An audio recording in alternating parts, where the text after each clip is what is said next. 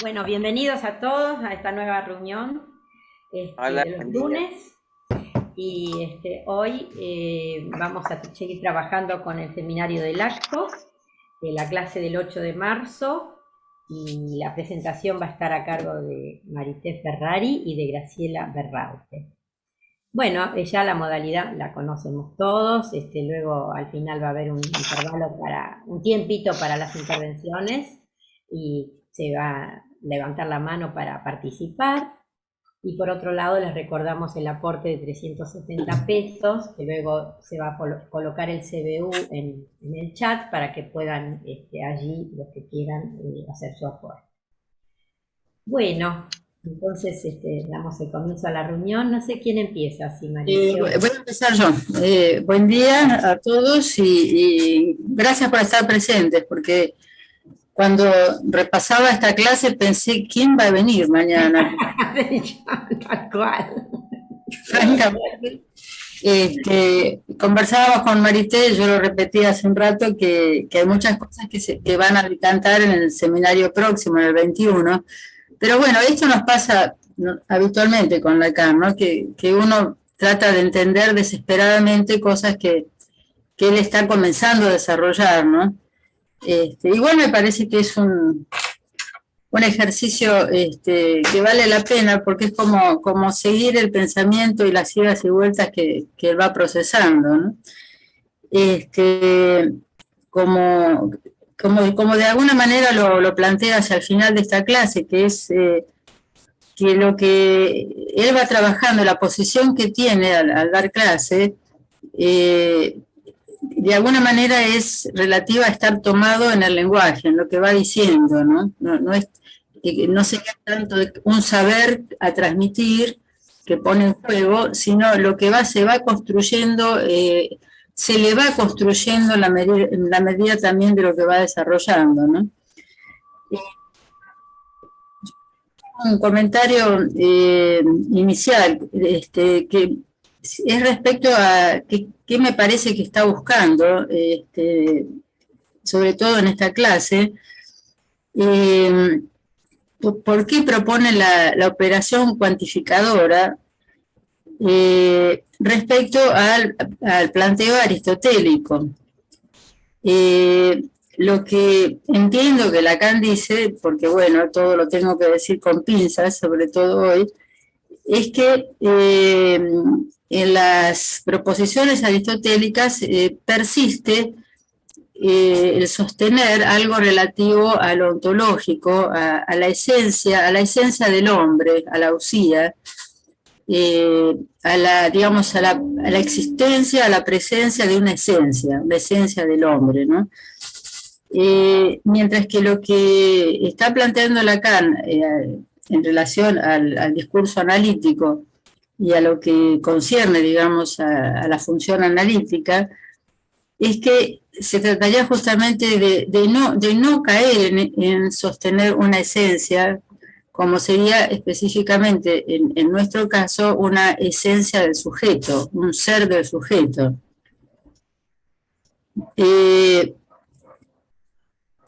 Porque esencialmente, dice Lacan, ¿no? Si se trata del ser hablante, tenemos que ubicarlo en su división.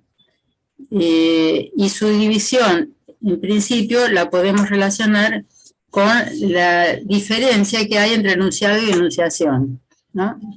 Este es un punto fundamental que viene desplegando. Digamos que un modo de ubicar la división del sujeto es esta distinción entre enunciado y enunciación, cosa que, bueno, es perceptible si uno aborda la psicosis, por ejemplo, cuán difícil es diferenciar enunciado y enunciación. Digamos, ahí se ve que la forclusión afecta a la división del sujeto. Digamos que quizás se podría decir la forclusión lo lleva más cerca de la esencia que de esa ausencia, de esa iancia fundamental de la condición subjetiva, en tanto que hablamos. Viene trabajando con Peirce, con el cuadrante de Peirce, y lo que le ha interesado también en ese desarrollo es el asunto de las rayitas, dice, que relaciona con el sujeto. El sujeto son las rayitas, ¿no? Creo que lo dice así, lo venía diciendo, no está en esta clase, está en la anterior, en cuanto a que el sujeto pierde, es como que pierde esencia, ¿no? Son esas rayitas que están, que no están, como que también le resta usía, le resta esencia. Viene desarrollando, por otro lado, paralelamente, la cuestión de que en el discurso analítico el lugar que se le otorga a esto que llamamos sujeto estaría más en el sentido de un efecto sujeto que de una instancia. Un ejemplo es el problema del sujeto supuesto a saber, pongamos, que es como un acto de fe, como dice en un momento dado, en el sentido de que se impone sostenerlo, soportarlo, pero tendiendo a su destitución. Entonces también acá aparece sería un sujeto que vale más por su ausencia que por su presencia. Y finalmente recordé en esta línea el desarrollo tan interesante que hace los escritos, en uno de los escritos, Jean Hippolyte sobre la negación. Recordé una pequeña forma de decirlo que encuentra Hippolyte, que es que la negación, que es esencial a nuestro lenguaje humano, digamos, es un modo de ser en el modo del no serlo, como que nos instaura. Creo que la frase más o menos es, voy a decirle lo que soy, bueno, es exactamente lo que no soy, ¿no? Un modo de ser en el modo del no serlo. Bueno, esto es para marcar un poquito la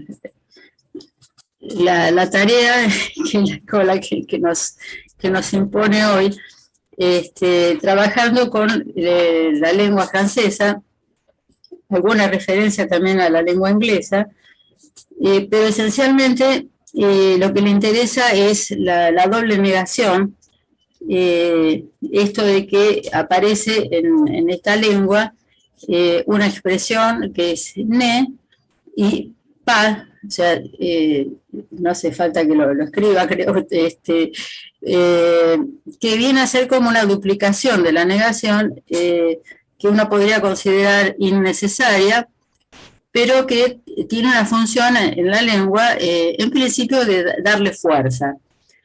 Yo estuve revisando, bueno, acá Lacan cita a la gramática de Pillon y de Muret, que es famosísima, y estos gramáticos lo que localizan es que ese ne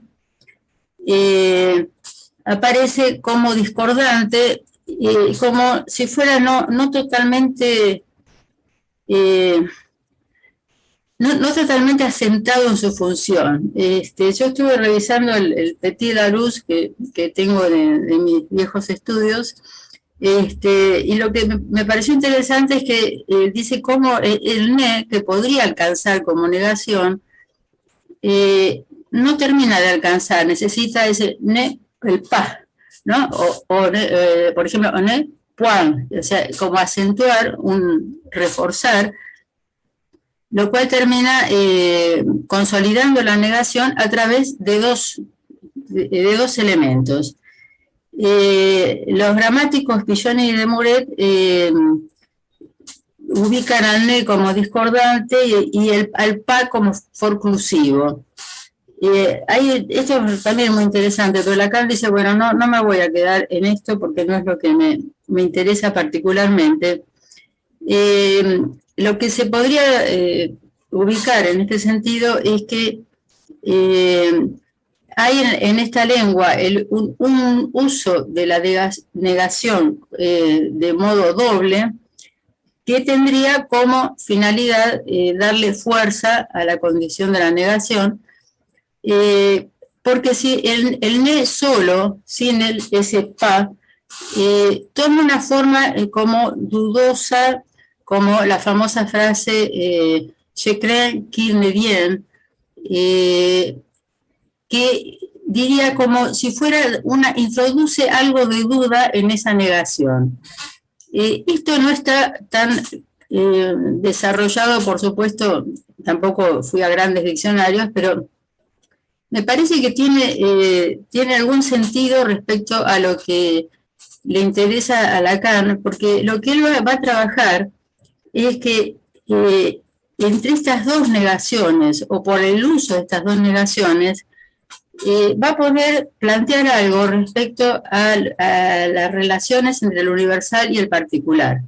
O sea, el eje de esta clase, en este sentido, de la doble negación, es ese. ¿Qué pasa entre el universal y el particular? Que lo viene tomando del cuadrante de Peirce. Lo voy a seguir así un poquito como de manera escolar, como lo estoy haciendo, porque bueno, inicialmente ya propone Lacan en la clase, que dice, si yo tomo, yo digo, yo no conozco, yo ignoro, no conozco, ignoro, sería como el mismo sentido. Pero si lo pongo, lo repito, hago una repetición de las frases, obtengo dos proposiciones que ya no van a tener el mismo valor, a pesar de que ignoro y no conozco pudieran decir lo mismo, ¿no? Entonces él ubica un particular que es, yo no conozco todo sobre la poesía, je ne connais pas tout, es un particular, no conozco todo, o sea, como que uno dice, hay una parte que no conozco. Y la otra proposición es, yo ignoro todo sobre la poesía, pas tout, ¿no? Acá vemos el pas tout como con fuerza. Este sería el universal. Porque si yo digo, ignoro todo sobre la poesía, no es que ignoro algo, sino que, como dice Lacan acá, sería, no sé un comino sobre poesía, ¿no? Creo que se nota que hay una fuerza distinta de lo que está acentuado.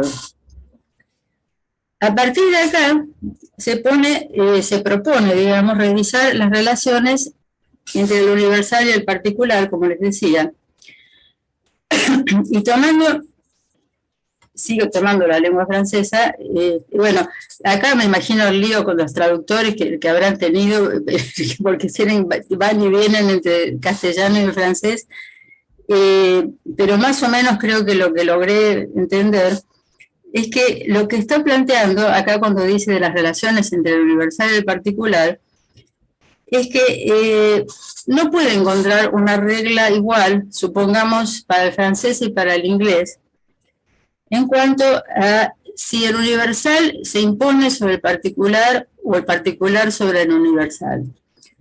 Y lo que logré entender más respecto al francés, que si uno pone el patus, o sea, no conozco nada, no conozco un cuerno de la poesía, igual hace falta que esté el ne, pero que va a estar en la pronunciación, va a estar en la garganta.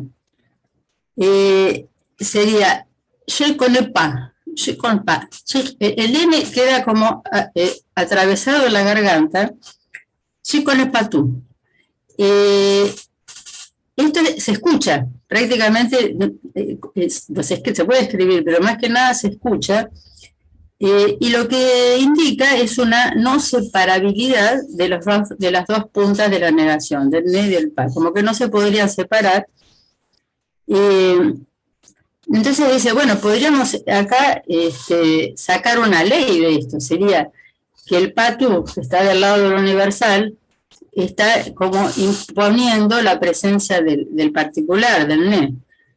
Pero después va a la lengua inglesa y dice que ahí es al revés. Yo ahí no me metí porque no puedo ubicarlo. Si después vos querés aclararlo, Marité, puede ser. Voy a seguir para no perder el hilo, porque hay que tener un buen conocimiento de la lengua inglesa, que no es mi caso, para ver si efectivamente acá está dado vuelta esto, porque así a simple vista no me pude dar cuenta. Bueno, ¿por qué está con esta temática? Bueno, esencialmente está tratando de hacer una lectura lógica relativa a estas relaciones entre lo universal y lo particular. Dentro de este encuadre que les decía, del formato que les planteaba inicialmente, que es que el tema de la negación, que introdujo, creo, decididamente en la clase anterior, Nassif, el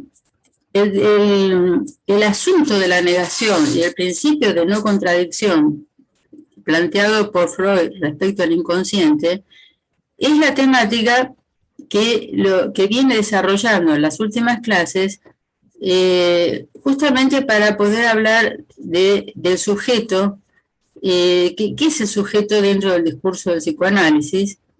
Y la función del lenguaje en cuanto a lo que ubicamos como, pongamos, la relación con el saber, ¿no? Como decía, bueno, una cosa es enseñar un saber y otra es decir algo dejándose tomar por el lenguaje.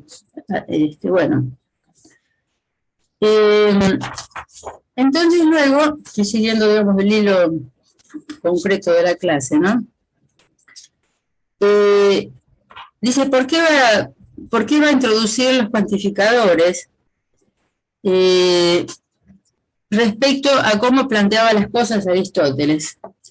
Y bueno, podríamos decir, yo podría decir hoy, las planteaba mucho más fácil de Lacan,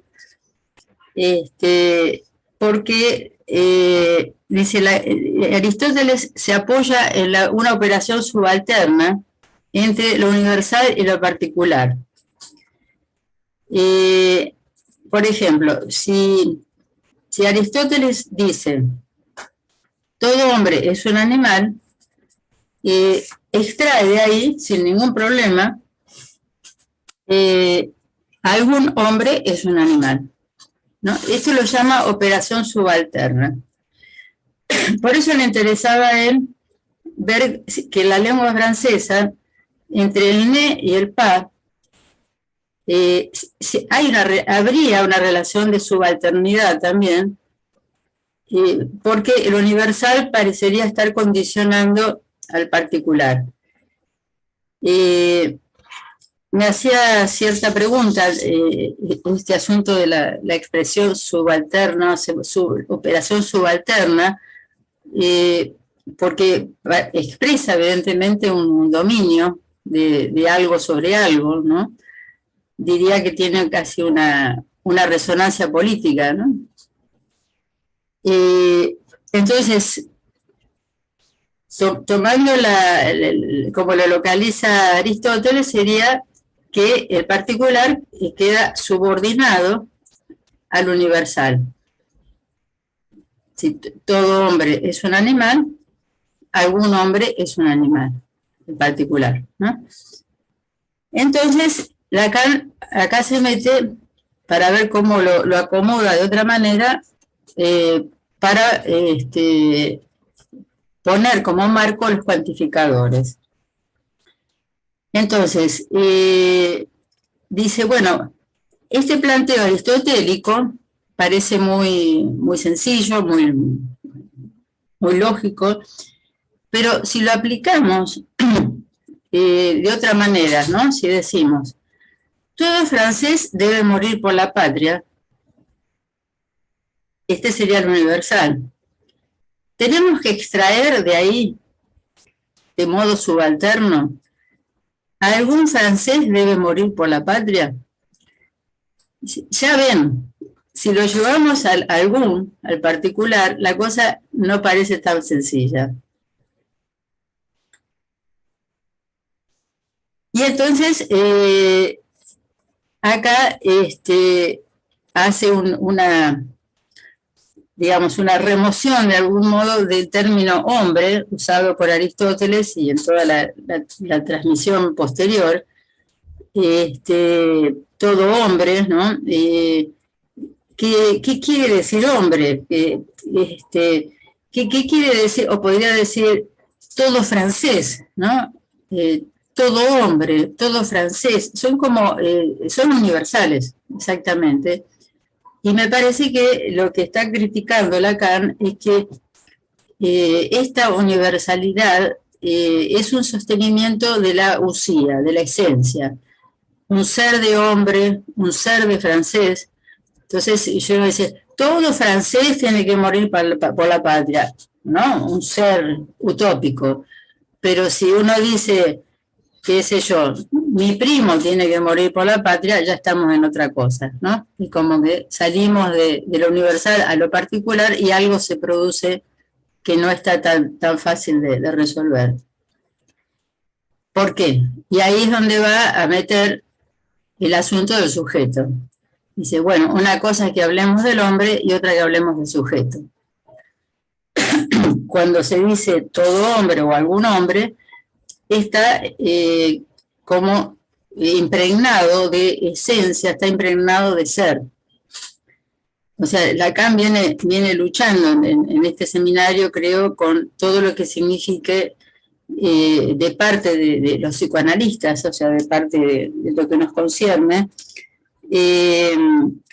tender a ser un ser, ¿no? Él viene procurando que nos despojemos de esto y dice, bueno, afortunadamente los psicoanalistas en general no saben definir qué es un hombre, por suerte, porque están concernidos por su discurso a meterse con el tema del sujeto. Aunque les cueste sostener que el sujeto, se diría, es como una presencia en ausencia, y se tiende a darle consistencia, ¿no? A pesar de eso, digamos, hay una cierta facilitación dada por el discurso del psicoanálisis para salirse de alguna manera de esta consistencia, ¿no? Digamos, para poder sostener más esto del sujeto como una ausencia, como un efecto, ¿no?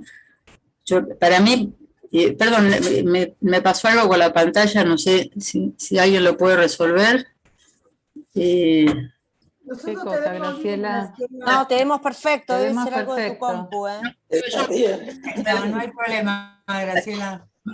Se me cruza otra cosa, no sé qué es. Bueno, me parecía que una manera sencilla es cuando uno dice un efecto sujeto, ¿no? Y que es un efecto de división. Por ejemplo, cuando es un chiste, ¿no?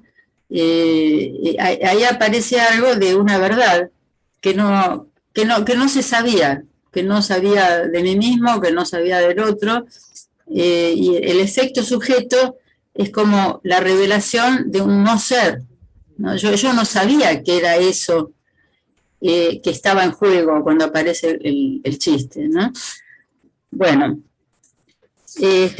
para terminar con los terminar con los cuantificadores, no terminar con el tema, es lo último que voy a tomar.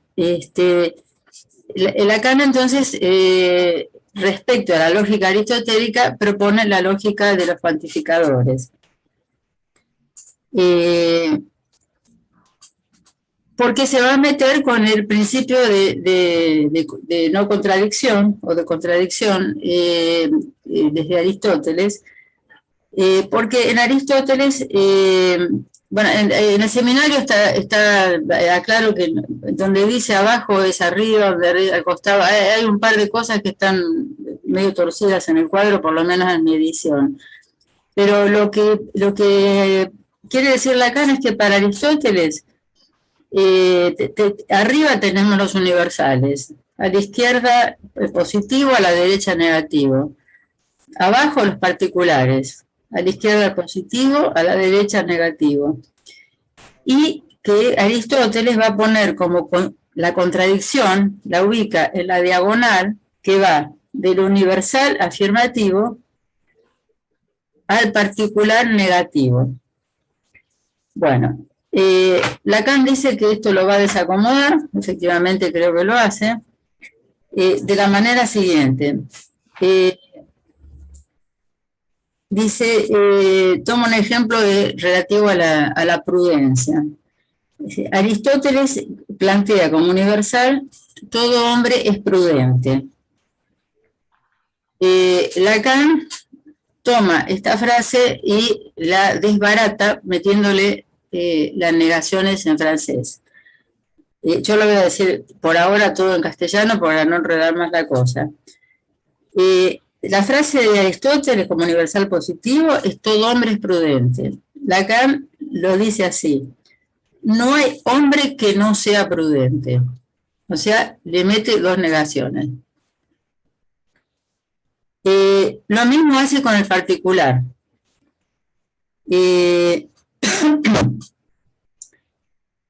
Para Aristóteles sería, algún hombre es prudente.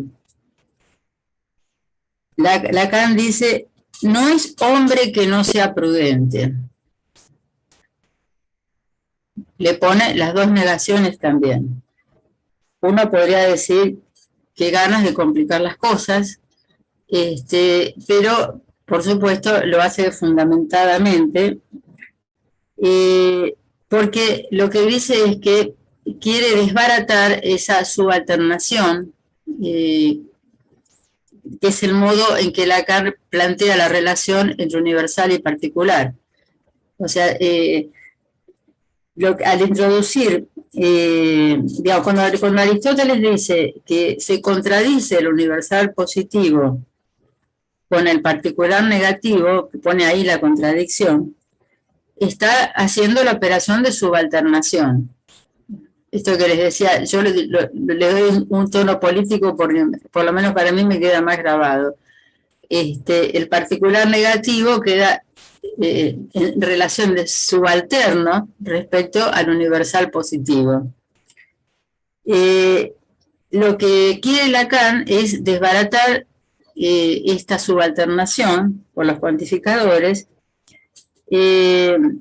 porque dice, bueno, cuando yo planteo, dice Lacan, no es hombre que no sea prudente, en vez de decir ningún hombre es prudente,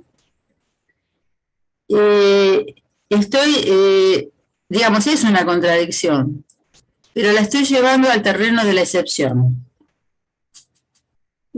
Para ejemplificarlo mejor, dice, si digo, el hombre es no mujer, ahí estaría en el terreno de la contradicción. El hombre es no mujer. Pero si lo digo, como está proponiendo él, Lacan, ¿no? Desde los cuantificadores, es hombre así no excluya a la mujer. Es hombre así no excluya a la mujer. Este modo, así como retorcido, podríamos decir, donde hay dos negaciones, es la forma que encuentra Lacan en que la excepción, perdón, la contradicción dé lugar al nivel de la excepción. Esto entiendo, con esto termino, le permite a él esencialmente ubicar que la lógica de los cuantificadores va a cuestionar la lógica de la subalternación en Aristóteles. Todo esto le interesa, obviamente, o quizás no tan obviamente, en cuanto a lo que nos concierne al discurso del psicoanálisis. Bueno, yo me detengo acá, así continúa Marité. Bueno, efectivamente, con respecto al inglés, en el inglés no hay doble negación. Lo que justamente no se puede decir I don't know nothing. que sería yo no sé nada, sino que hay que decir I don't know anything.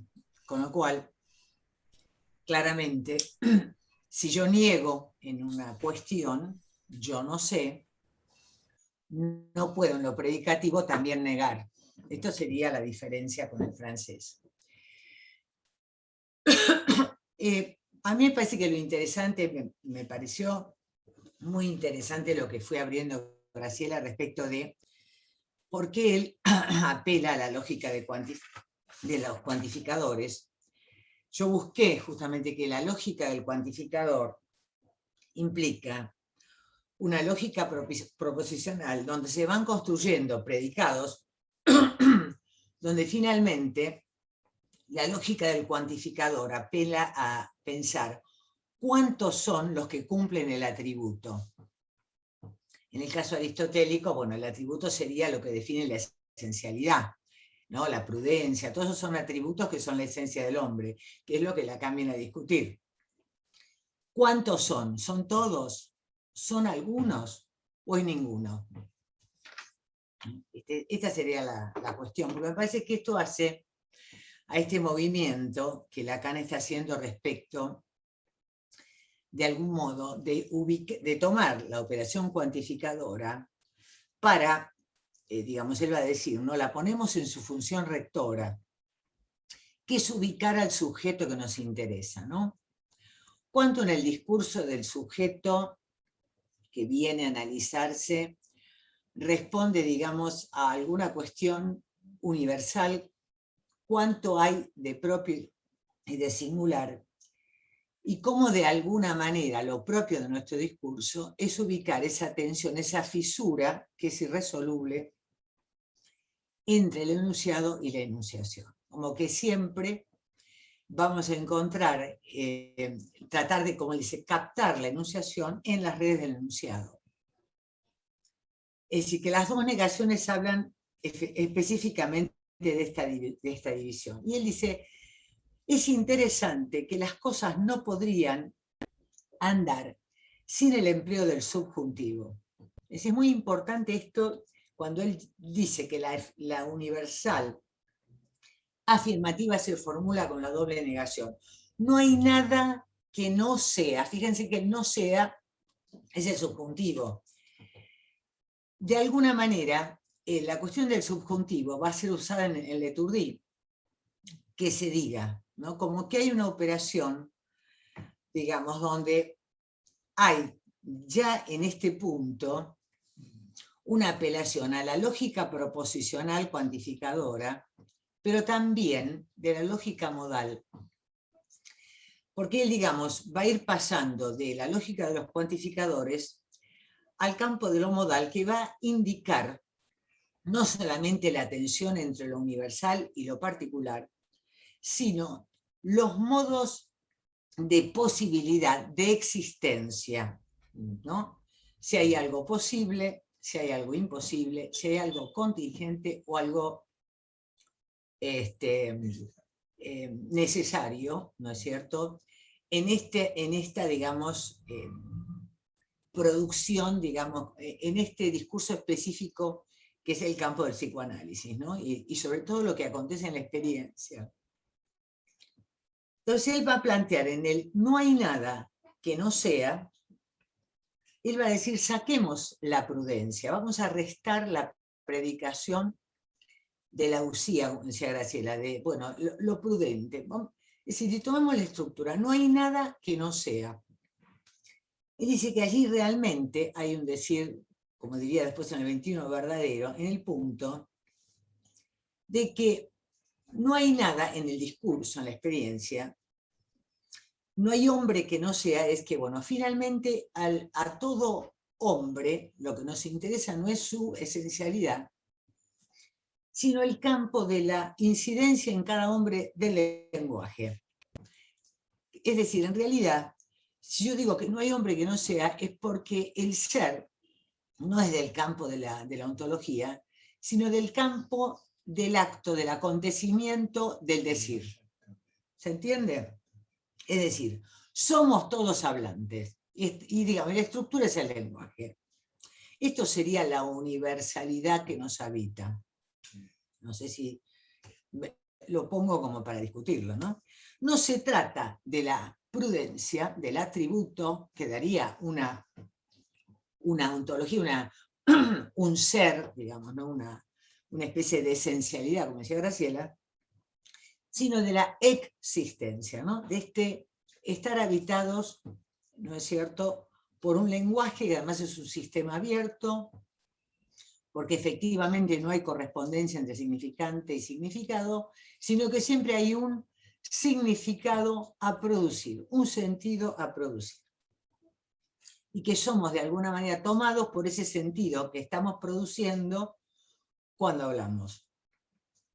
Entonces, no hay hombre, porque además es interesante la pregunta que abre Lacan, ¿no? Cuando uno plantea, no hay hombre que no sea prudente, uno podría rápidamente a preguntar, entonces, quien no sea prudente, ¿no es hombre?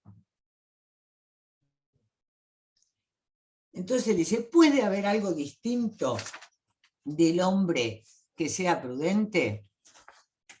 ¿No? Y eso hace a cómo él va a ir construyendo el campo, digamos, de la cuestión, digamos, de cómo una cosa es negativizar lo que sería el sujeto de esta predicación, de negativizar la predicación, ¿no? Porque hay algo donde plantea que justamente hay que dar lugar a aquello que justamente tiene una relación diferente con lo universal y que no puede quedar subsumido, digamos, justamente en la predicación. En este caso, yo siempre digo que este seminario digamos, se continúa con el 21 ¿en qué punto? Fíjense que el seminario, el 21 es un título equívoco, es Los no incautos yerran o los nombres del Padre, porque se dice parecido en francés. Pero si uno dice, los no incautos yerran, la negación va a tener que ver con atribuir, digamos, la condición de incauto en relación, digamos, a una posición en el discurso, ¿no? Pero uno dice, los no incautos yerran, es decir, el verbo, el predicado, indicaría que la posición digamos, de no incauto, digamos, de querer pretender comprenderlo todo y demasiado, nos llevaría a equivocar. Pero esa frase, los no incautos yerran, no es equivalente a decir que los incautos no yerran. Es decir, no hay ninguna posibilidad predictiva en el campo del decir psicoanalítico, ¿no? Por eso, digamos, esta cuestión que uno podría decir, la traducción es posible que con una posición no incauta podríamos equivocar menos. ¿Se entiende cómo opera la lógica modal? ¿Cómo afecta a esta lógica proposicional el campo de lo modal? Que también el campo de lo modal implica introducir la temporalidad, que es un poco un tema y un problema que él introduce aquí con la dimensión del acto, porque el acto está de alguna manera, digamos, ligado al acontecimiento temporal, ¿no? Es decir, y sobre todo a esta conjetura posterior, de que uno podrá decir solo después hubo acto, ¿no es cierto?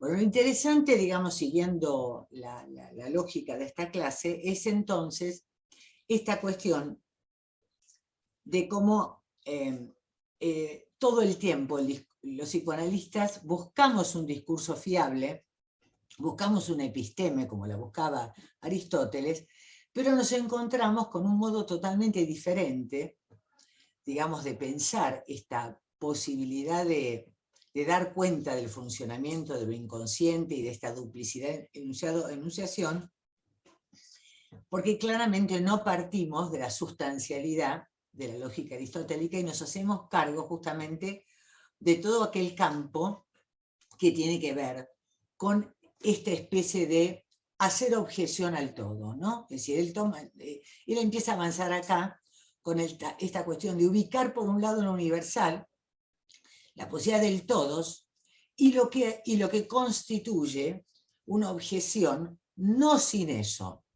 Y en ese punto uno podría pensar que acá, en esta clase, está como perfilado lo que va a aparecer en el 20, cuando él escribe los matemas de la sexuación. Porque en un lado, él va a escribir, por un lado, al menos uno que dice que no a la castración, que es el campo de lo excepcional, lo que recién ubicaba Graciela. Hay al menos uno que dice que no a la castración, que sería, digamos, este padre primitivo, que funda, con su excepcionalidad, el conjunto de aquellos que constituyen todos los que están regulados por la lógica falocastración, es decir, por la significación fálica. Es decir, si hablamos, no podemos prescindir de la significación fálica, que es la que permite la división subjetiva entre enunciado y enunciación, que es lo que decía Graciela, en la psicosis no está, digamos, justamente funcionando esta legalidad y nos cuesta diferenciar estos dos campos, ¿no? Ese sería un costado. Pero está también, no hay hombre, es decir, no hay hablante sin mujer, diríamos. Es decir, está el costado del no todo, de aquello que no está totalmente ligado y sostenido y subordinado, vamos a llamar a Aristóteles, a, digamos, lo que sería la significación fálica. Pero no sin, ¿no? Es decir, yo creo que acá también hay que ubicar que el particular no es sin el universal. Es decir, cómo pensar un goce femenino no anudado al universal de la significación fálica, ¿entiendes? No sin. Es decir, que en lugar de suponer la subordinación del particular al universal, ubicaríamos no habría particular sin universal, no sin, ¿no? Me parece que, no sé, lo podemos conversar, ¿no? Y en la última parte de la clase, bueno, Lacan sigue con esta pregunta de cómo construir un decir fiable. Y claro, y él realmente, digamos, acá está como que le cuesta mucho poder traducir con letras y con proposiciones lógicas esto que acontece en la experiencia del análisis. En particular, este tema que lo está preocupando en las últimas clases, que es el tema de qué sería, ¿no? Ser analista, y cómo se adviene psicoanalista, qué se juega ahí, digamos, ¿no? Y cómo tiene que ver esto con el derrotero y la experiencia en el análisis. Entonces, claramente, él va a pelear con el tema de que, bueno, uno para construir estas proposiciones y apelando a esta lógica matemática, siempre de todas maneras está como preso, vamos a decir así entre comillas, por este lenguaje que sería la estructura, este lenguaje que nos habita, y que es un sistema abierto, es un sistema fisurado, porque justamente está abierto a nuevas significaciones, es decir, porque lo propio del decir es la equivocidad. Más allá, como nos va a enseñar en el 21, que hay un decir verdadero, ¿no? Es decir, en el 21 él avanza mucho sobre estas cosas, porque él va a decir que la lógica es la ciencia de lo real. Es decir, es una escritura. Por eso dice que el mismo Freud escribía en sus gráficos, él producía una escritura para tratar de formalizar la experiencia. Pero esa experiencia que se escribe y que se intenta escribir con una lógica para hacerla transmisible, no puede prescindir del decir verdadero. Él dice que el decir verdadero es lo que se filtra por la ranura, ¿no? Siempre hay un decir que está más cercano a alguna verdad. No es que exista lo verdadero, sino que la verdad siempre se atribuir la condición de verdadero a un predicado, ¿no? A un decir del analizante, ¿no? Entonces, claramente, él entonces va a terminar la clase ubicando esta dificultad de producir una lógica para dar cuenta de todos los movimientos que tiene que hacer, digamos, la experiencia y el analizante y el analista con este trabajo con lo inconsciente que nos habita, ¿no? Porque va a plantear que finalmente, bueno, siempre está la cuestión del saber, digamos, ¿no? Y finalmente él un poco va anticipando que el único saber posible con el que uno se va a ir encontrando es con un saber respecto de lo inconmovible de la división, ¿no? Que instaura lo inconsciente entre enunciado y enunciación, y lo imposible de toda sutura o de toda unificación, ¿no? De todas maneras, él está muy preocupado por este tema de poder apelar a una lógica, y fíjense que en el seminario siguiente, él va a empezar, va a poner en el pizarrón, en el 16, por un discurso sin palabras, ¿no? Como que él está intentando a todo trapo una escritura lógica de la experiencia que no quede como atrapada por la equivocidad del lenguaje, ¿no? Y sin embargo, como él usa el lenguaje, como decía Graciela, la doble negación francesa, para justamente dar cuenta, digamos, de las cuestiones que se juegan en el decir de un sujeto. Bueno, hasta ahí, la verdad que bastante complicado, pero bueno, la idea es que podamos discutir. Gracias. Bueno, muchas gracias, Graciela, Marité, por el trabajo de que se han tomado con esta clase. Y bueno, quedamos abiertas a algunas intervenciones. Acá veo levantada la mano de Cristina, Patricia y Estela. Okay. Cristina no. Eran simplemente bueno, Patricia y Estela tienen la manito levantada. Bueno, gracias. Me preguntaba qué clase tan difícil, ¿no?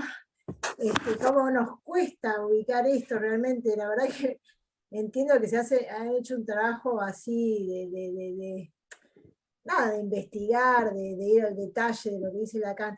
Pero a mí me quedé con algo que ahí resonó en mí, que es el tema de la excepción, ¿no? Que ahí, o sea, quedaría entonces como una pregunta lo que hago, a ver si estoy bien ubicada. La excepción vendría a ser la significación fálica en este caso, digamos, como aquello, esa suposición sobre la que estamos montados, digamos, como que existe alguien que estaría en ese lugar del todo, ¿no? El padre de la horda primitiva, pero eso también es una suposición, pero sin eso no podemos estar, digamos, la excepción sería eso, ese discurso o esa significación fálica, y el lenguaje el que da cuenta de esto, todo, digamos, perdón, no todo, porque el lenguaje es el que da cuenta de que hay una excepción de la cual no podemos prescindir, pero que a su vez es una suposición. Perdón, no sé si es muy claro lo que estoy tratando de decir, ¿no? Que fue como, también fue un acontecimiento, es un acto, es un principio, bueno, no sé bien cómo ubicarlo, pero este tema de la excepción me hace pregunta. Así que bueno, lo dejo para que ver si puedo decir algo más. Gracias. Bueno, gracias Patricia. Sigue Estela, su intervención. Está silenciada, Estela. Ahí estoy. Bueno, de nuevo, buen día. Y le quería decir a Graciela que ayer leyendo esta clase tan difícil, daba por sentado que hoy se me iba a aclarar en esta reunión, y efectivamente, así que quédate tranquila, Graciela.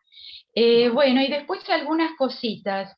Una, agregar algo a lo que nos explicaba Marité respecto del idioma inglés. Uno puede preguntar, ¿usted sabe algo sobre poesía? Y ahora doy la respuesta en inglés. Se puede decir de dos maneras. I don't know anything, no sé nada, pero usando la negación I do not know anything, o se puede responder I know nothing, lo cual es bastante interesante porque es mucho más contundente la respuesta. Hay una afirmación inicial, I know, y después nothing, que la verdad es también, ¿no? Es decir, nada, me faltaba traducir. Yo sé nada. En el otro caso está la doble negación. Sobre esto yo me preguntaba si habrá, en fin, incidencias de las gramáticas de los idiomas en los sujetos, ¿no? En el habitante de esa gramática. Bueno, es un tema. Y luego respecto de la negación, en algún lugarcito de esta clase, Lacan menciona al significante. Todos los líos que nos hacemos cuando queremos decir no y decimos dos veces y después nos quedamos pensando, no era así lo que yo quería decir. Bueno, Lacan ya en el seminario de la identificación, que es el 9 me parece, dice que la negación está en el corazón del sujeto. No es la esencia, pero lo ubica en un buen lugar. Está en el corazón del sujeto. Bueno, y la última cosa que me recordó recién Marité, la lógica es la ciencia de lo real, dice en el seminario 21. Bueno, los chicos cuando dibujan, me recuerdo un caso en particular,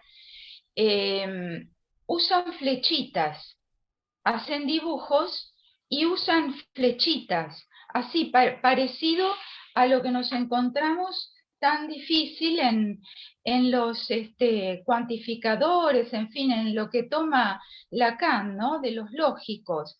Pero los chicos hacen lógica en eso del dibujo y que la verdad está bastante cerca de lo real. Bueno, esto. Gracias.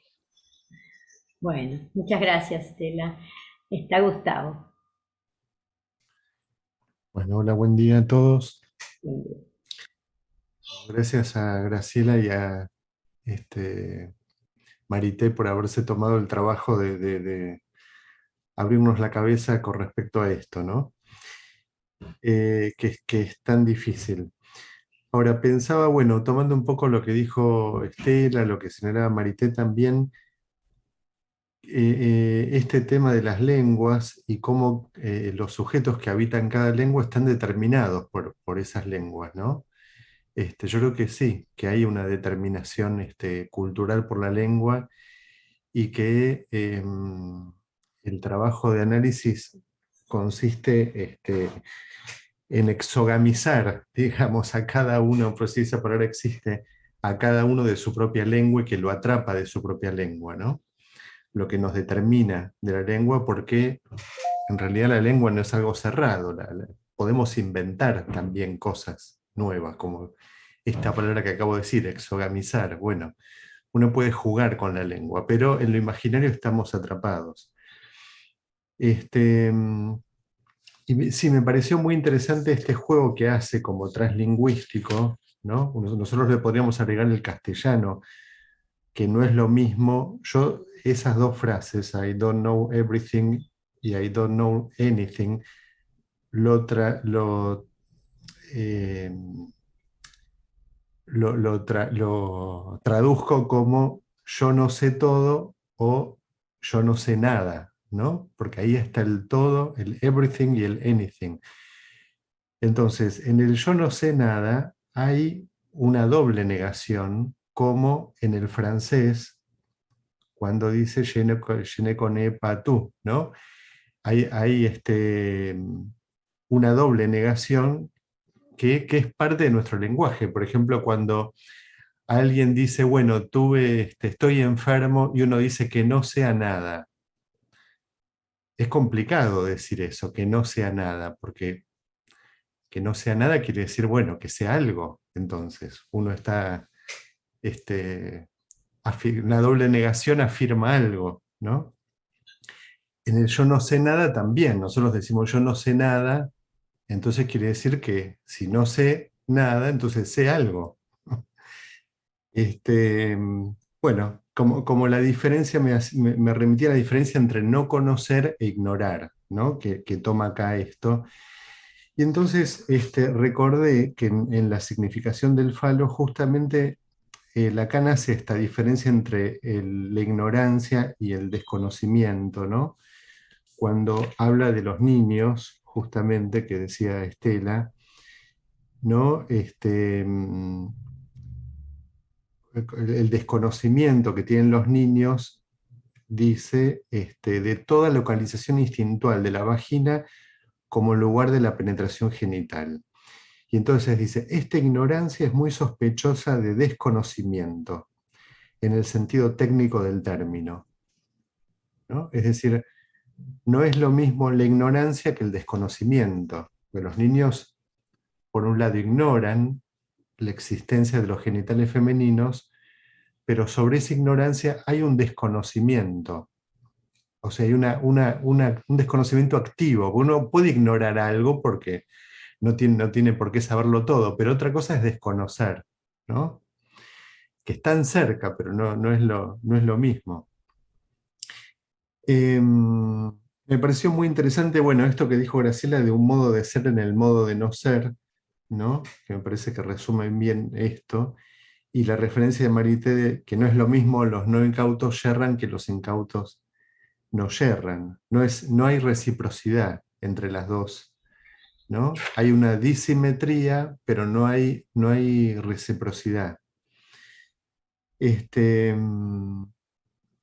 Y finalmente con esto que hacían referencia al seminario 20 y 21, y respondiendo un poco a lo que decía Patricia, yo no creo que sea una suposición la universal, ¿no? Afirmativa de que no hay uno que le diga no a la castración. Sino que es una necesidad lógica, ¿no? Es una necesidad lógica que alguien esté excluido, que algo esté excluido del conjunto para que se funde el conjunto. Digamos, va más allá de la suposición. Sin embargo, se toca con la suposición, porque justamente en este seminario es necesario suponer al sujeto supuesto al saber para luego sacarlo de ese lugar universal, ¿no? El sujeto supuesto al saber es el lugar universal, pero en algún momento tiene que caer para que el sujeto encuentre su particularidad. Bueno, eso, gracias. Gracias, Gustavo. Está Claudia. Hola, ¿qué tal? Bueno, lamento que no pude escuchar a Graciela porque me quedé dormida. La pena. Pero bueno, no sé si hablaron de esto. O sea, por un lado, él toma el tema de yo no conozco, yo ignoro, que recién también habló Gustavo, el desconocimiento, que me parece que está cercano a lo que es lo real, ¿no?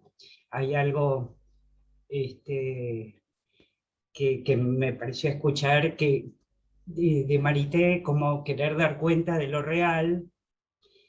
Y bueno, esa frase, que es un ejemplo, me parece que está vinculada con lo real, ¿no? Después, no sé si entendí bien, pero dice que dos afirmaciones dos negaciones dan una afirmación universal. Entonces, para que se vaya a lo particular, habría que elidir una de las negaciones, que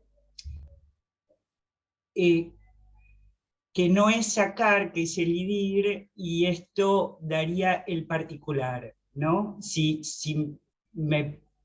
alguien entiende un poco esto, me encantaría si se puede ampliar. Gracias. Bueno, gracias, Claudia. No sé si Marité o Graciela quieren comentar algo. Bueno, empiezo después algunas cositas. Sí, es cierto que la cuestión de existe al menos uno que no, es justamente la excepción indica lo que se exceptúa del universal, ¿no? Es decir, como dice Gustavo, es una necesidad lógica que haya al menos uno que diga que no para fundar, ¿no es cierto?, el conjunto de aquellos que sí están, que dicen que sí a la castración y que dicen que sí a la lógica falocastración y que dicen que sí al falo. Y que en esta operación, justamente, se constituye ese conjunto de aquellos que dicen que sí a la castración, pero es cierto que no hay hombre en este sentido, ¿no? Que no excluya, sin excluir a la mujer, en el punto de que es necesario entender que no todo, ¿no? No todo en el decir puede quedar, o en el goce, puede quedar referido a la significación del falo, es decir, por eso no todo, por eso no se puede decir, no se habla de la mujer, sino las mujeres en cuanto a esta posición, digamos, de hacer objeción a lo que sería la primacía fálica, ¿no? Por eso en ese sentido, lo que decía Gustavo, de que no es solamente que no se conozca en el tiempo de la infancia al genital femenino, sino que el tiempo de la infancia, yendo Juanito, es el tiempo de la universalización del falo. Todos los seres vivos tienen la cosita de hacer pipí, ¿no? Porque es necesario adscribirse, digamos, a ese conjunto que supone cierto desconocimiento de lo que hace obstáculo. Es decir, porque, yendo a lo que preguntaba Claudia Rosenthal, ¿no? Las niñas que no tienen la cosita de hacer pipí, sin embargo, también se ven llevadas a adscribir a esa lógica para hablar, pero ubicando, digamos, que efectivamente no todos los seres vivos tienen la cosita de hacer pipí, ¿no?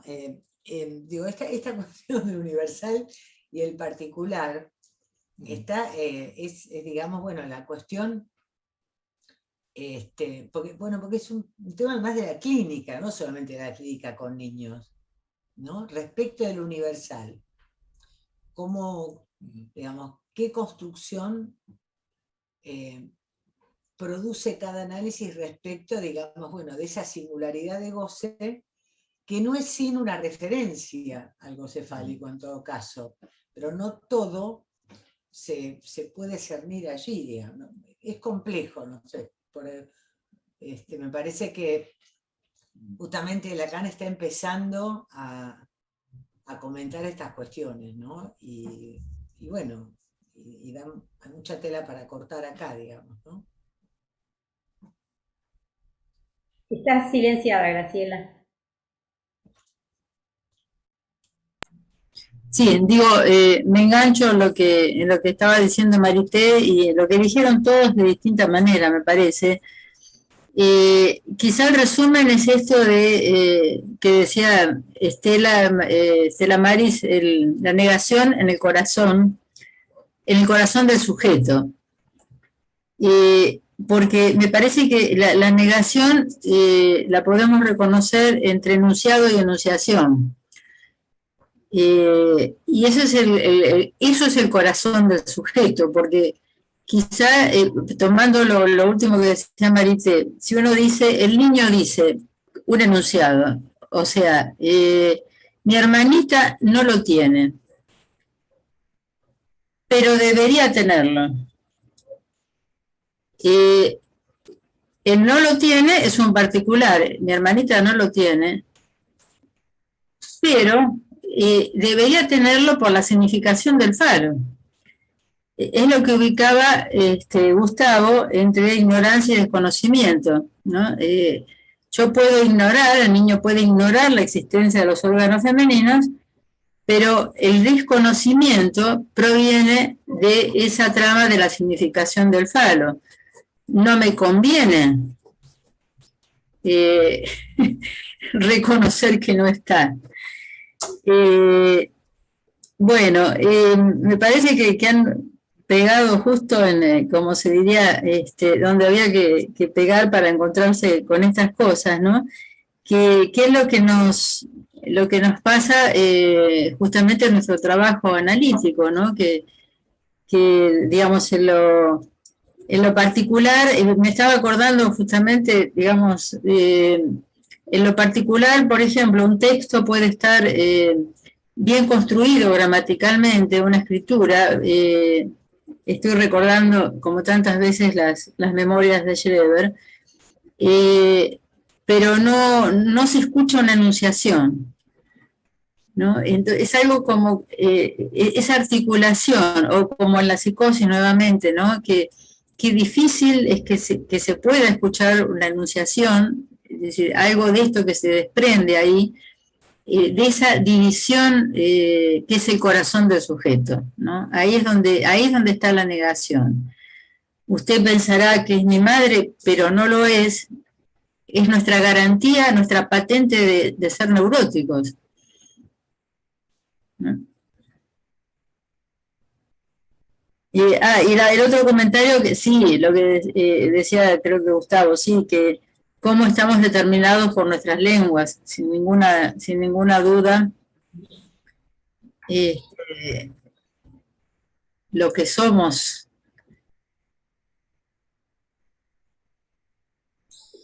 ¿Se cortó?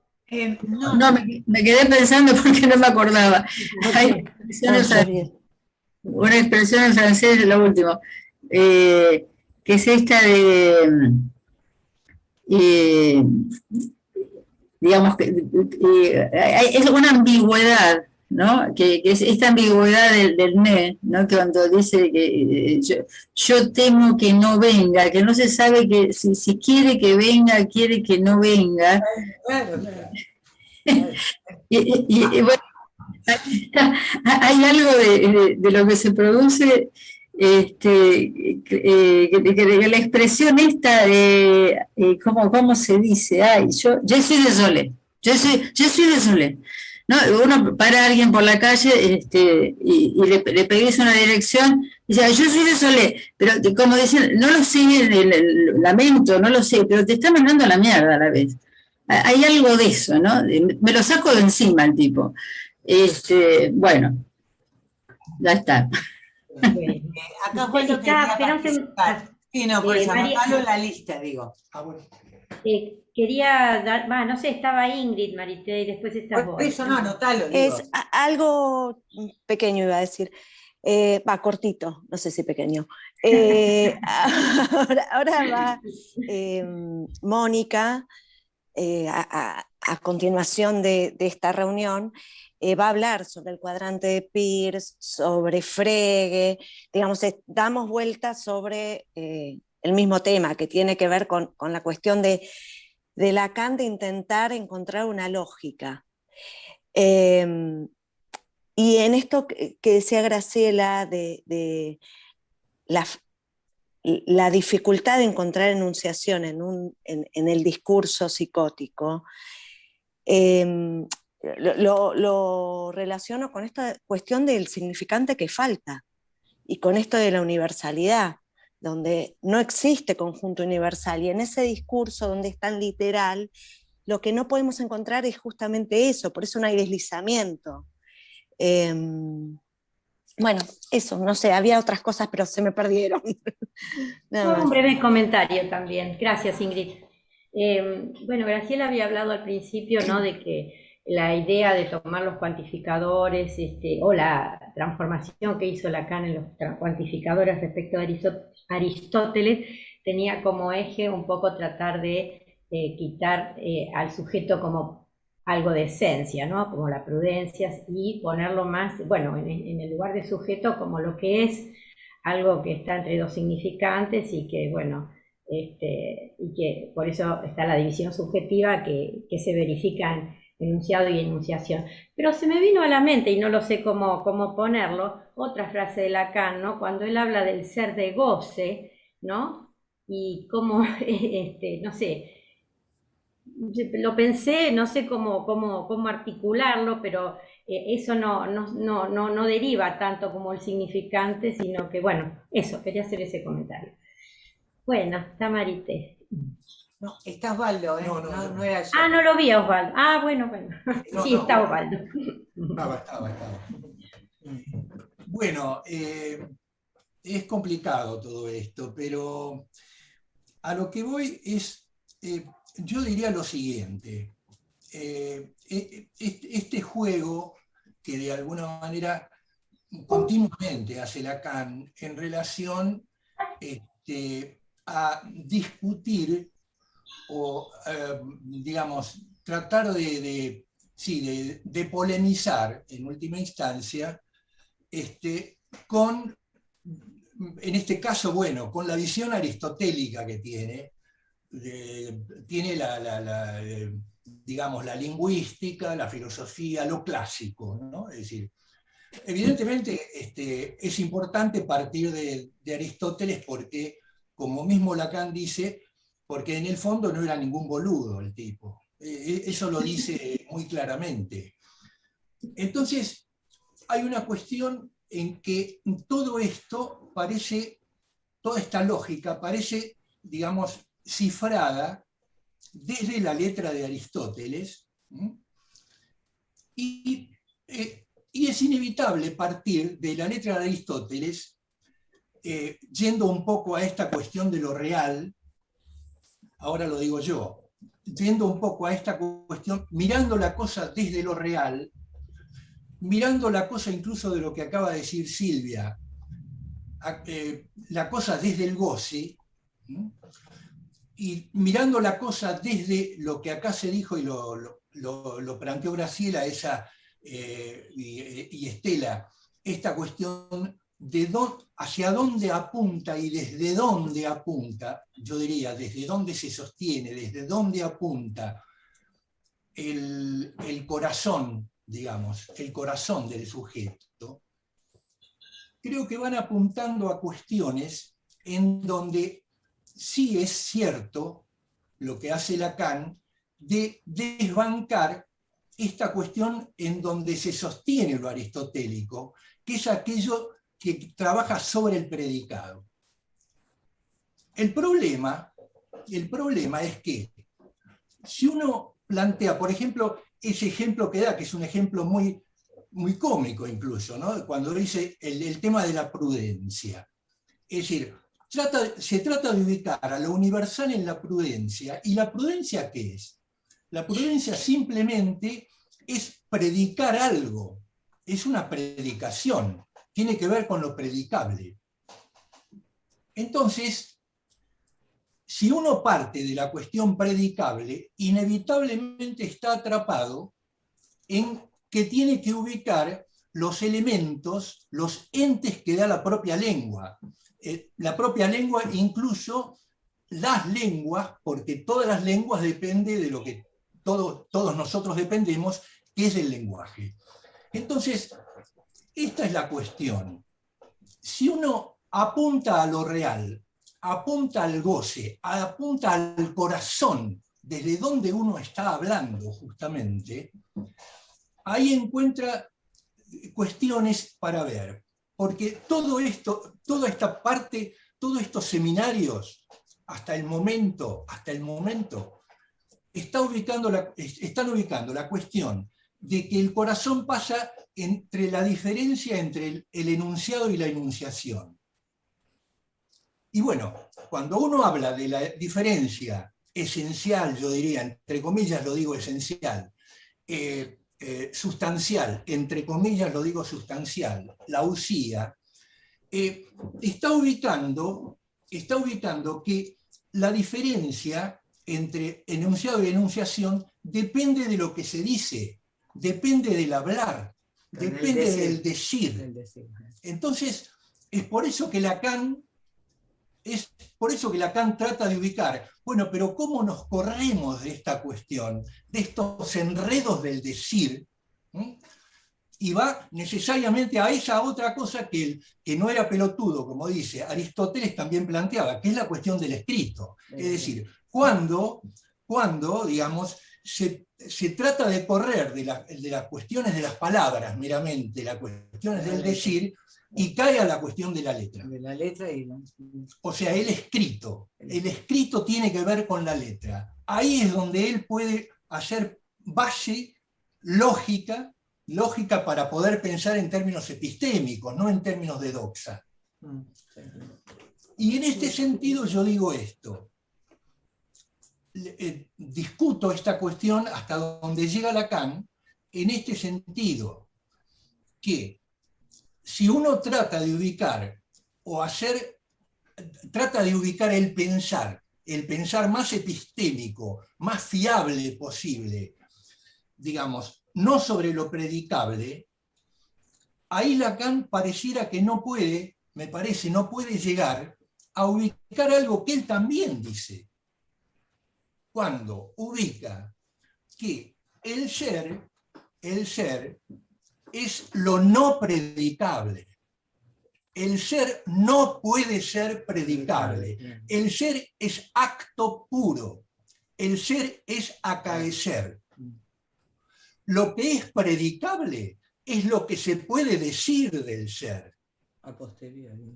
Entonces, acá hay que avanzar sobre esta cuestión porque es muy fácil, yo diría, discutir desde el punto de vista de Lacan y desde el lacanismo y desde determinada manera de ubicar el psicoanálisis, es muy fácil discutir si vos ubicás un concepto del ser en donde ubicás la ousia, es decir, el ser como algo concreto, algo que tiene que ver con lo material concreto.